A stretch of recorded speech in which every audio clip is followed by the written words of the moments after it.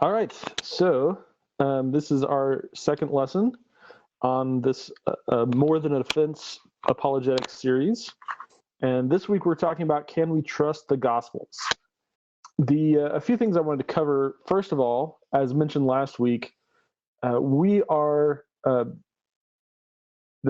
goal of apologetics is to help strengthen your faith, and faith is not the opposite of knowledge. Faith is not a guess. Faith is about trust, and we trust based on what we know. So, I trust my wife because I know her character. I know our history together, and so based on our trust, my understanding, my knowledge of our past together, I trust about the future, and that's similar to the way that we trust in God. We don't trust in God in a blind fashion. We trust in God because we are familiar with what He's done.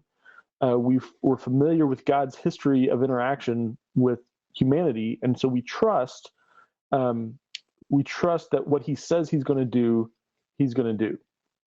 And so understanding the reliability of the gospel accounts is central to this, because if we can't have confidence in the things that were written, then it's hard to have confidence in what the church says about it, because they're based on these documents. So we're going to go into whether or not we can trust the Gospels. And so we're basically going to cover kind of two questions, because first of all, we need to know whether or not we can trust the accuracy of what was written down originally. And second, we need to trust, the question is whether or not we can trust with that what was originally written is what we still read in the Bible today. Did someone come along and change it? Were there parts left out? Was the original writing accurate? And then do we have an accurate copy of what was written down? So those are the two main questions that we're going to cover today. So there's kind of four types of evidence. There's actually five, but there's four that we're concerned about in apologetics. The fifth type of evidence is the evidence from the Holy Spirit, that God's own conviction within our hearts tells us about the truth of Scripture. And that's a real type of evidence, but it's not really included in apologetics, because apologetics is about what we can communicate to other people and what we can defend externally. So I don't want to minimize it as a source of evidence, but that isn't the topic of what we're covering in this series. So some types of evidence. There's external evidence, and this is when we have sources that are outside the Bible that corroborate what we find inside the Bible. Then we have internal evidence, and that is showing internal consistencies within the Bible, which would be unexpected if someone were to have made it up. And the one thing to keep in mind is a lot of people view the Bible as a single source, and it's not. It's actually most the documents are actually all separate sources. So the way to imagine it is that imagine someone compiled a list of the best biographies of Abraham Lincoln, and I had a book that I called, the Compendium of the Biographies of Abraham Lincoln, and these were the most scholarly, best done books about Abraham Lincoln, where the sources are the information's most verified, and has the most is kind of the best of the best, right? Well, then if people referred to that collection, they wouldn't refer to it as a single source. It would be consisting of each individual source. And so when those sources line up, we don't say, well, that's just a single source. We say, no, these are different sources that are lining up. And that's one of the ways that we can tell that it's true. And likewise in the Bible, the books in the Bible are actually all separate documents. They just happen to have been collected together at a later date to represent the best of what was known about Christianity. And so so these are actually separate documents, and so their interrelationship, they validate each their separate accounts. Then you have character evidence. So knowing the means of investigation and the people who investigated it leads to confidence in what's reported. So if you think about one of the reasons why we trust in a lot of science, because we are familiar with the scientific method, and we're familiar that this sort of methodology leads to good results. And so if we understand the character of the people and the character of the investigation, that can lead us to confidence in the results that were obtained. And then finally, we have informational evidence. The Gospels transformed the people that were there and the people long after. This transformation itself is evidence for believing in the truth of what's stated. This is kind of a practical understanding of truth, but that's, again, a lot of times the way that we validate scientific evidence is by seeing whether or not it is useful and helpful in the world. And the fact that the scriptural accounts have been transformative for so many people for so many centuries is at least a part of the evidence that we can use to understand their validity. So we're going to be going through various types of these evidences for the Gospels. So the first thing that we need to understand is that the New Testament authors were themselves concerned with evidence, okay? So let's start with the first written account of the resurrection. Now, most people, when they read the Bible, they assume that Matthew was first because it's first in the Bible, but that's not actually correct. The letters were, for the most part, written first. And so the first written account of the resurrection is 1 Corinthians 15. So I'm going to go read that for you all. And it says, "Now I would remind you, brothers, of the gospel I preached to you, which you received, in which you stand, and by which you are being saved, if you hold fast to the word I preached to you, unless you believed in vain. For I delivered to you as of first importance what I also received, that Christ died for our sins in accordance to the Scriptures, that he was buried, that he was raised on the third day in accordance with the Scriptures, and that he appeared to Cephas, then to the 12, then he appeared to more than 500 brothers at one time, most of whom are still alive, though some have fallen asleep. Then he appeared to James, then to all the apostles. Last of all, as to one untimely born, he appeared also to me." So this is one of the first accounts of the resurrection, and so this was written around 53 AD, and that's only 20 years after the resurrection actually happened. So that's actually a very short period of time between when the resurrection happened and when it was written down. But notice that he said that this is what he has already been preaching. So this is not new information 20 years after. This is he's telling us that this is information that he has been telling people for a long time at this point. And then additionally, notice that the passage itself is referring people back to other people that people can check this information with. He's saying 500 people, most of whom are still alive. What he's saying is that you can go back and check with these people. So he's not saying, trust me. He's saying, look, there's a huge number of people who saw this. Go ask any one of them what happened. So you can see that Paul is really concerned about people really knowing from eyewitnesses that this happened. So now, how does Paul know this, though? Well, interestingly, in Galatians, Paul actually gives the chain of evidence for what he knows. So let's go to Galatians, and we can see that, let's see here, he says, then after 3 years, I went up to Jerusalem to visit Cephas, who was Peter, and remained with him 15 days. But I saw none of the other apostles except James, the Lord's brother. Okay, so that is 3 years after his transformation, which is about 2 years after the resurrection. So here you have within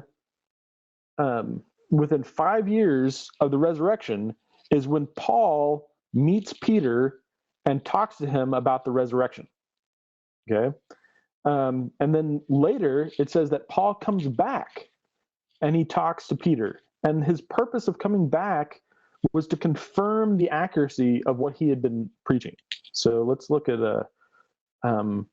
Galatians 2. Let's see here. It says, then after 14 years, I went up again to Jerusalem. Okay.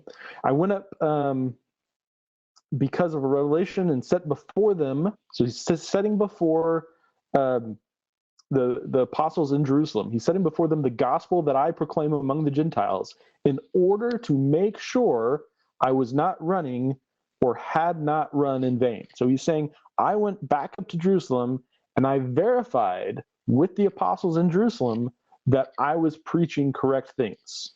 Okay. So you have the earliest accounts of the resurrection are given by Paul. We have them written down within 20 years of the resurrection, and it's based on information that he had received within 5 years of the resurrection. And he actually went back later and we verified everything that he had been preaching. Okay, so that's the first written account of the resurrection.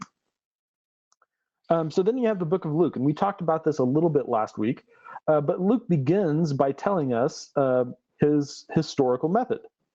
And so he begins by saying, many have undertaken to draw up an account of the things that have been fulfilled among us, just as they were handed down to us by those who were from the first eyewitnesses and servants of the word.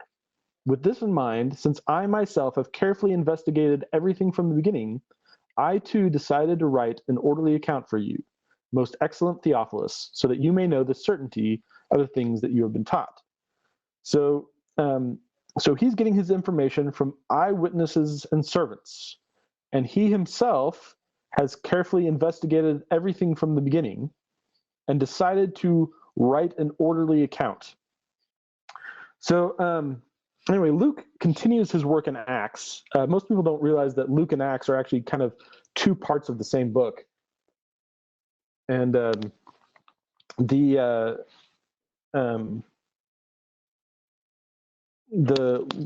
language of Acts indicates that he was an eyewitness himself.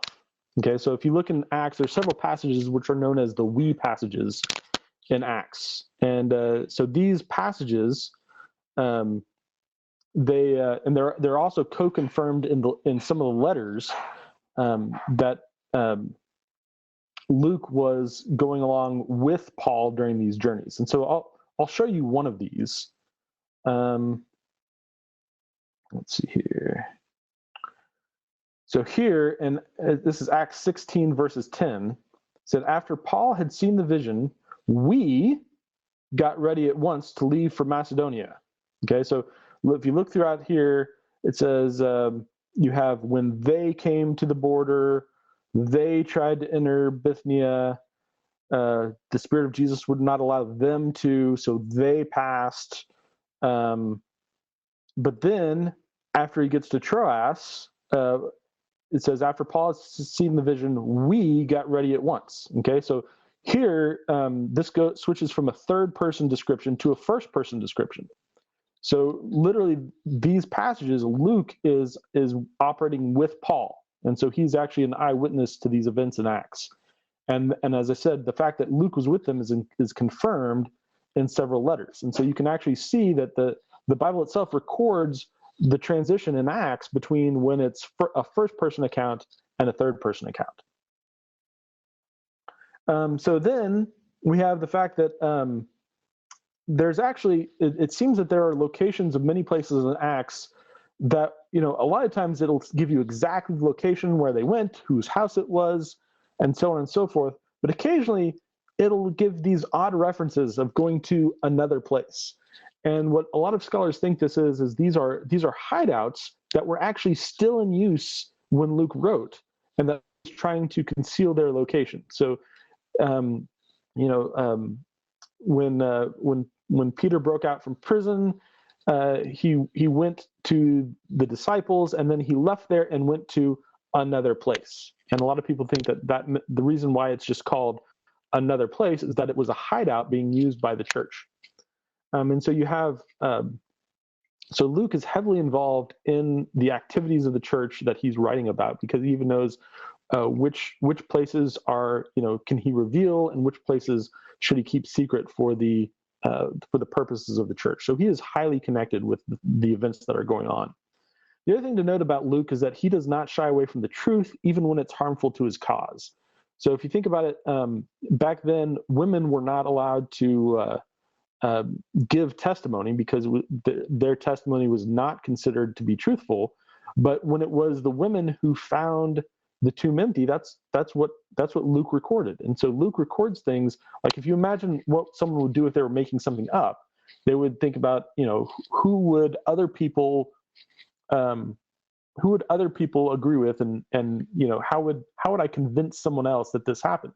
Well, that is not the way. He did not write according to the most convincing method of his time. He wrote according to what happened. That it was the women who did a lot of these things, who saw these things, and so even though their testimony would not be considered of high worth in that society, he recorded it down because that's what happened. So then the Gospels themselves include accounts from eyewitnesses. So, for example, Mark is the testimony of Peter. So from Papias, who's one of the early church fathers, he records that Mark basically wrote down what Peter preached. And you can tell this in the book of Mark. If you read it, there's a lot of intimate details. Mark includes the story of the healing of Peter's mother-in-law. So let's take a look at this real quick. So it's Mark 1. Let's see here. So let's see here. It says, so as soon as they left the synagogue, they went with James and John to the home of Simon and Andrew. Simon's mother-in-law was in bed with a fever, and they immediately told Jesus about her. So he went to her, took her hand, and helped her up. The fever left her, and she began to wait on them. Okay, and so they were dealing with a lot of the miracles, just kind of in general. Jesus healed many who had various diseases. He drove out many demons. But when it came to Simon Peter's mother-in-law, there was very specific details that he went to her, took her hand, helped her up. These are very specific things. And so this bears weight to the idea that this actually came directly from Peter. So Peter's actions feature prominently in Mark. A lot of it is about things where Peter was present, Peter was doing things.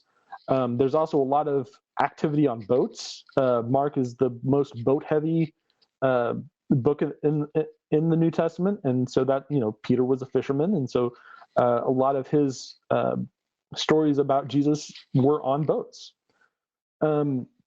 Interestingly, only Peter, James, and John were present for the Transfiguration, and the details actually accord. They record really well with Peter's description of the same event in 2 Peter. And so did I get those? Can't remember if I looked those up. I did not.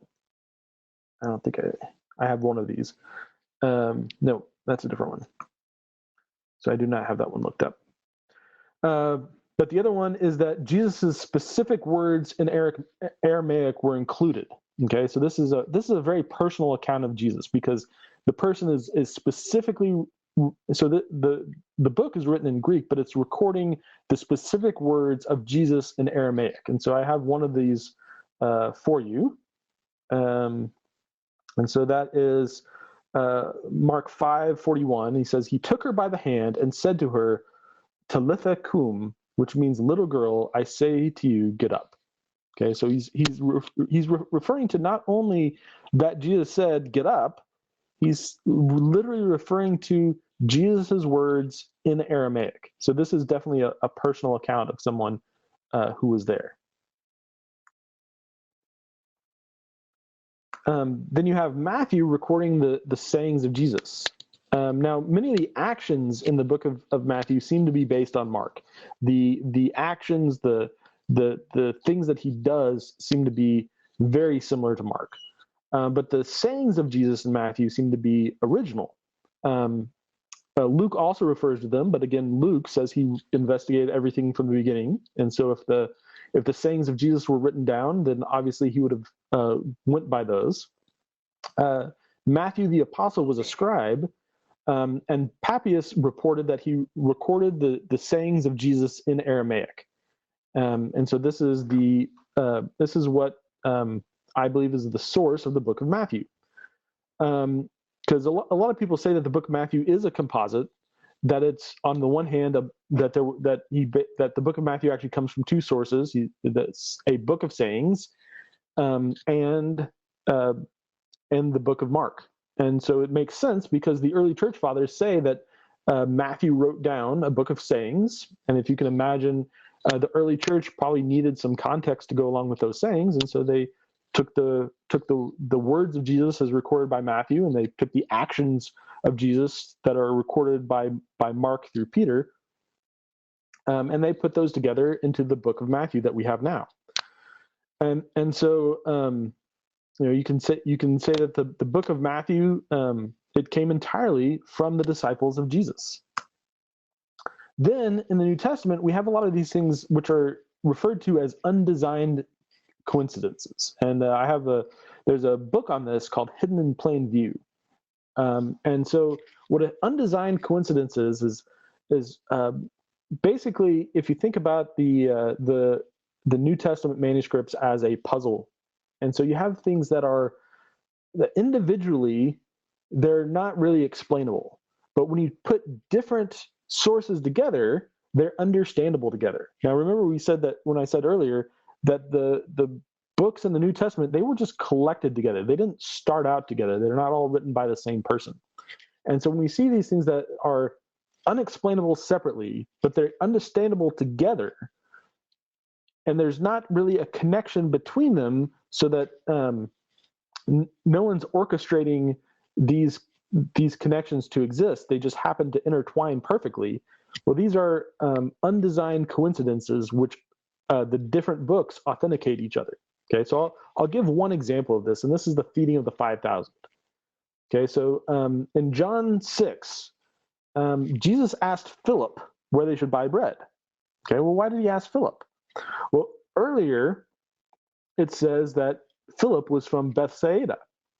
Now, the book of John doesn't actually say where they were at this time, but in Luke's version, it shows that they were in Bethsaida when this happened. So that's why Jesus asked Philip, because he was from there. And so the book of John doesn't answer that question, but the book of Luke does. Now, in Mark's version, you have all these people coming and going. Okay, and it says there's multitudes of people coming and going. Well, why were these people coming and going? Well, in John's version, we understand why. It's because the Jewish Passover was near. Now, John doesn't mention the multitudes of people coming and going. He just mentions the fact that the Passover was near. And so you have each of these answering questions that would naturally arise from the other ones.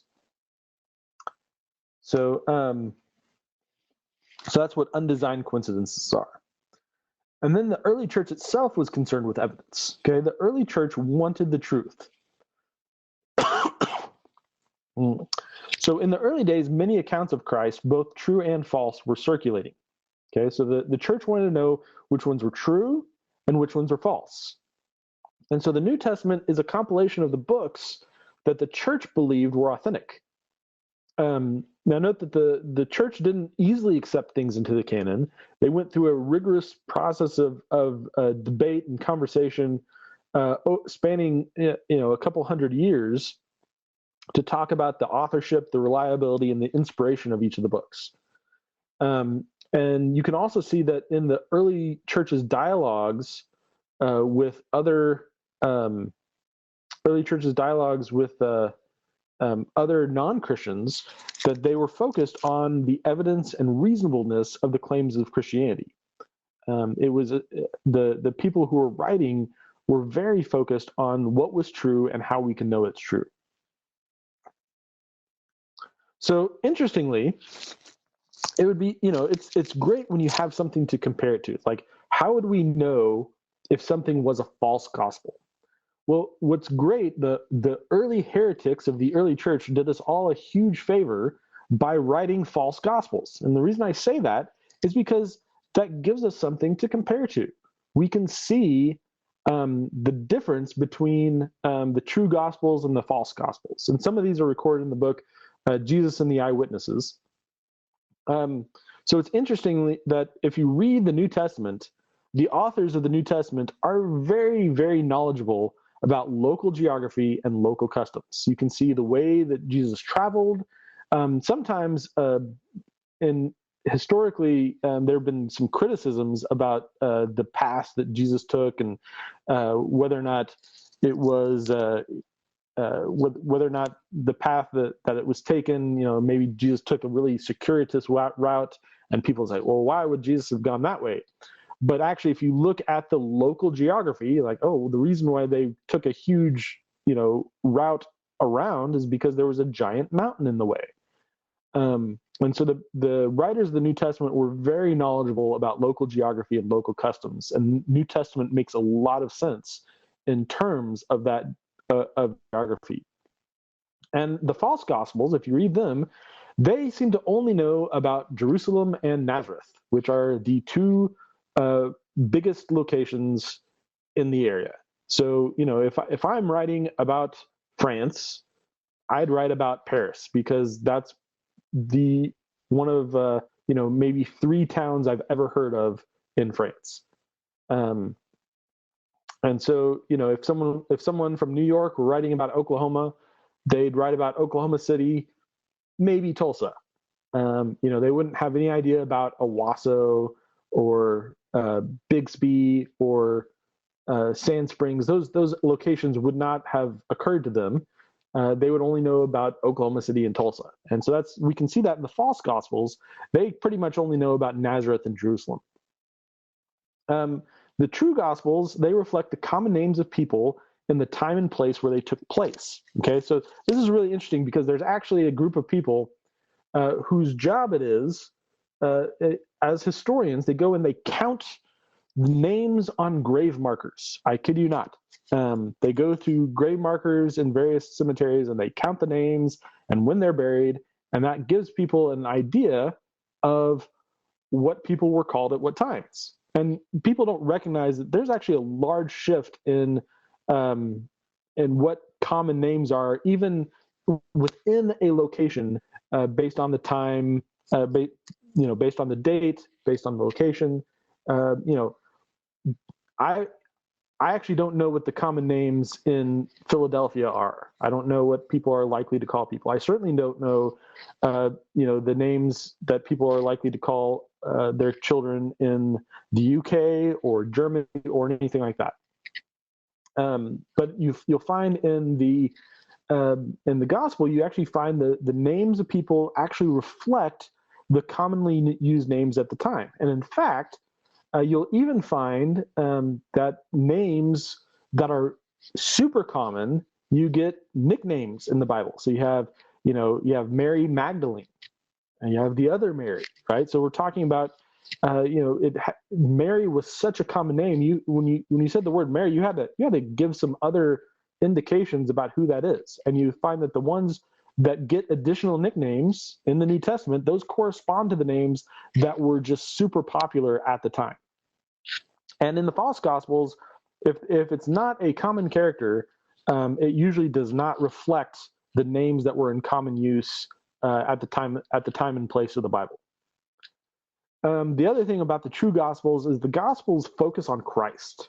That is their goal. The people who wrote the gospels, they don't care about themselves. Who they are is unimportant. But in the false gospels, they make a big deal about who is supposedly the author of that book. And the reason for that is because they want to try to dupe you into believing that this was a true gospel from someone real. And so they're like, oh, well, this gospel is from Thomas. It's from Thomas, the disciple. It makes a big deal about who it's from. But the true gospels, it's not about who it's from. It's about who it's about. And then finally, the true gospels, they're internally consistent with themselves and with the other gospels, and the false gospels are not. So I find it really interesting that we actually have a basis of comparison, so we know what false gospels look like. It's really interesting. We also know, so that's how we know that what was written is correct, but then we also need to know that the Testament documents were reliably handed down. Okay, so we have while we don't have originals, we actually have from the period of 90 AD to 160 AD, we actually have quotations of the gospel by other authors, and those quotations match what we have today. We have fragments of the New Testament from as early as 130 AD, and their contents reflect the documents that we have today. And we get a relatively complete Bible for around 350 AD. And so these are really early sources that show us that the Bible that we have reflects the same Bible that was in use in the earliest days. So by comparison, a lot of the most famous works in history, where we don't question the manuscript, we get those sometimes 1,000 years after they were originally written, and some of those even refer to events that were 100 years before they were written.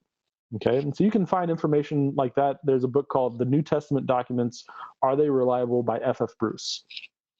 In addition to that, there's an entire field of study called textual criticism that's devoted to making sure that the Bible that you have in your hands faithfully represents the ancient text. And even the non-Christians in the field believe that it does. There's actually there's a guy named Bart Ehrman, and many people misunderstand what he has to say. He's got a book called Misquoting Jesus, and many people think that he says that the Bible is inaccurate in the way that it quotes Jesus, but that's actually not correct. He is a non-Christian, but he believes that the Bible that we have is basically correct. And when he talks about misquoting Jesus, he does talk about scribes that have altered the words of Jesus for their own purpose, but he also, the way that he knows that is because there is a reliable method of determining what the original words were. In fact, there's this great little book. It's an academic work, so I don't recommend it per se, but it's called A Textual Commentary of the Greek New Testament. And what it does is it goes through almost word by word through the Greek New Testament and talks about any place where there is even the slightest discussion of what the right word or the right word order is in the Bible. Now, some people will say, well, there's more variations in the Bible than there are words in the New Testament.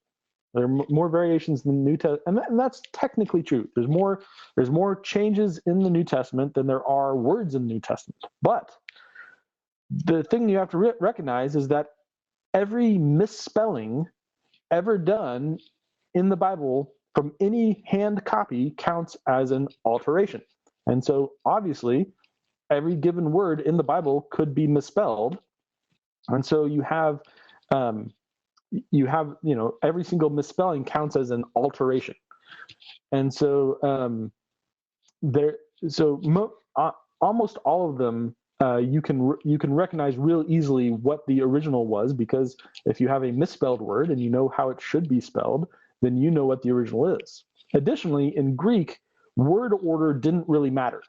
You could tell the subject versus the direct object based on the word itself. You actually have slightly different variations of words based on where it goes in the sentence. And so the words doesn't matter.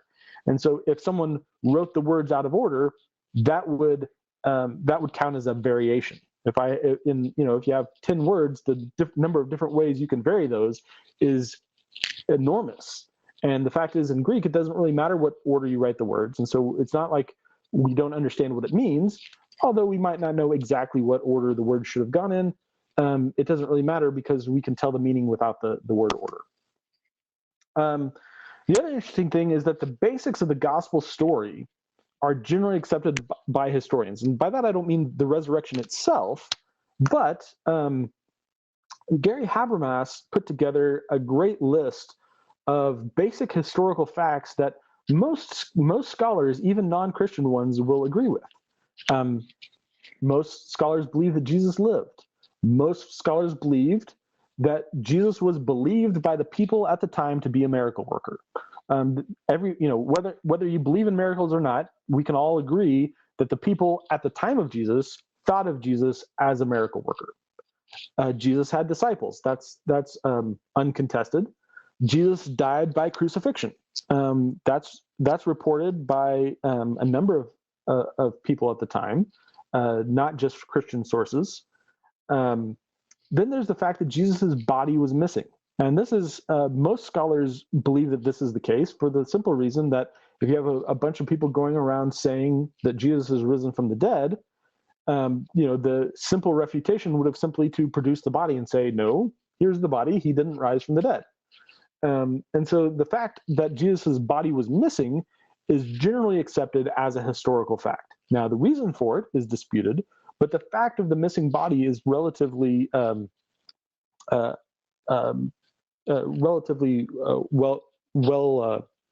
established even among non-Christian historians. Also, the fact that a large number of people claim to have seen Jesus after his body was missing. So this is undisputed.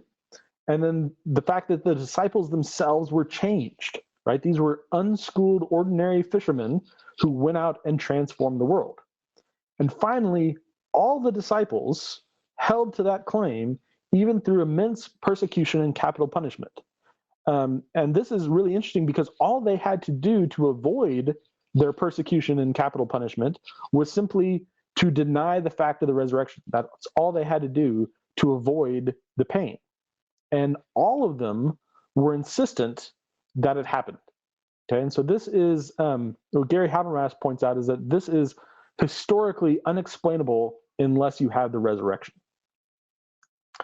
And so now when we engage with others, it's important to kind of recognize what other people are thinking and how other people are coming at this.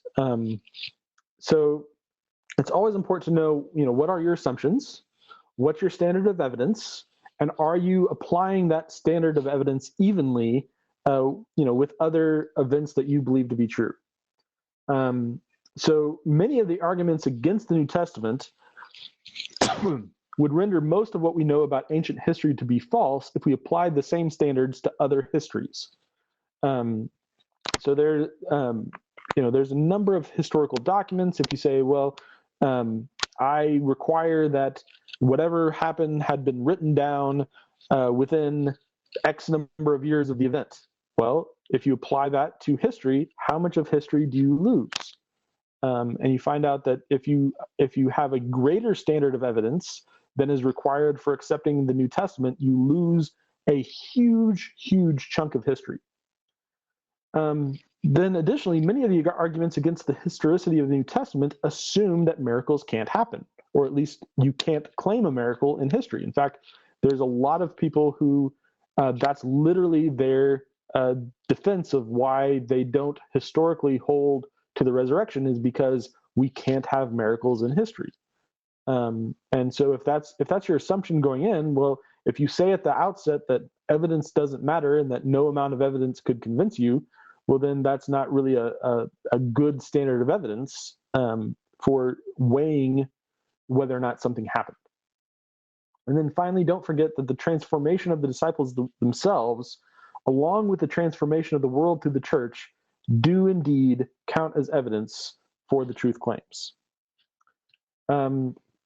So anyway, that's my presentation. There's more evidence than what I presented on why the Gospels are true, but I wanted to give you an overview of many of the different types of claims and methods of investigation that people have done to look at whether or not the New Testament is accurate historically.